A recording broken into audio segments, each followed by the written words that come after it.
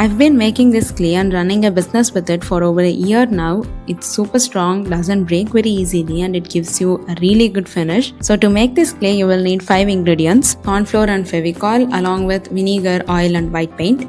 Also, it's better to use a non-stick pan because if you are using a regular one, a lot of clay sticks to the sides and goes to waste, and also it's very difficult to clean. So if you are planning to do this much often, it's better to invest in a non-stick pan. So now coming to the measurements, I'm using this cup. So you can use any cup. The ratio is a simple 1:1. Like if you are adding 1 cup of corn flour, you have to add 1 cup of fevicol. Likewise, if you are adding 2 cups of corn flour, you have to add 2 cups of fevicol. Simple. Now coming to fevicol, it's better to use the MR version of fevicol. Now I used to use the SH version in the beginning as it is less expensive.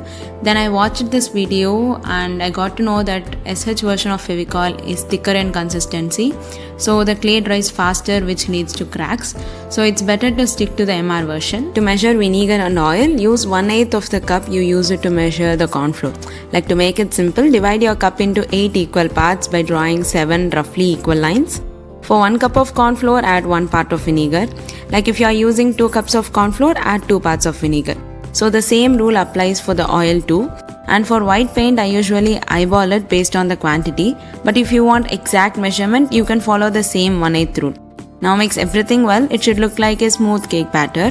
Once that's ready, start heating it. Keep the heat as low as possible. I'm using induction here, and keep stirring continuously. You'll notice small lumps forming first. Then slowly everything comes together into one dough. Since we are using non-stick pan, it will all start leaving the sides and form a single mass. Let it cool for a few minutes, then transfer it onto a baking paper and start kneading. Knead until it stops sticking to your hands and feels soft. Now sometimes the clay might feel a little hard to knead. Don't panic and throw it away. This is normal. Just let it rest for 8 hours and check again. It usually gets better. Apply a little oil, wrap it in a baking paper and store it in a heated container. If you can't wait 8 hours, at least give it 1 to 2 hours.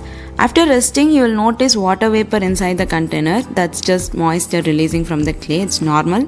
Take it out, knead it again and remove any excess water if needed. After kneading, store it back in the container. Now your clay will have much better texture. You'll notice it's smoother and easier to work with, and that's how you make cold porcelain clay. A lot of you have asked me about how I make clay, and this video is like an answer to all your questions. And before ending this, I just want to answer all the questions that you have asked in the comments. So yeah.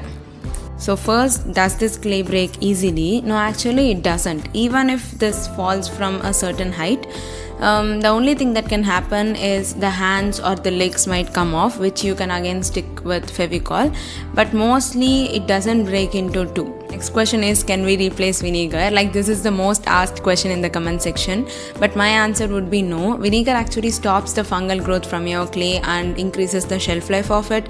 Like, I have a few batches sitting around for 5 to 6 months and nothing went wrong in the clay. There were no fungal growth in the clay. It's because of me adding vinegar.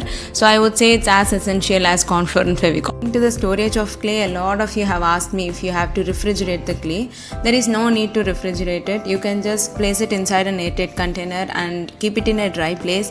It should be good for around 5 to 6 months. Is the clay food safe? No, it is not food safe. You can make phone charms, key charms or hippers and desk friends, but I wouldn't recommend you to make plates or something to serve food, as the main ingredient here is fevicol. It's not food safe. So coming to the drying of the clay, this is an air dry clay, so it doesn't require any baking and all. You can just sculpt whatever you want and let it air dry. It takes around 1 to 2 weeks to dry completely, after which you can either glaze it with a varnish or UV resin as per your choice. And there is a big topic of cracks, dents and dusty looking charms. Everything will be covered in my next video, clay tips that I wish I knew sooner. So make sure to subscribe so you don't miss out that video. And if you are watching it later, I'll link it in here, so make sure to watch it. So I think I've answered most of your questions, and make sure to subscribe so you don't miss out the next video. I'll see you in the next one. Bye.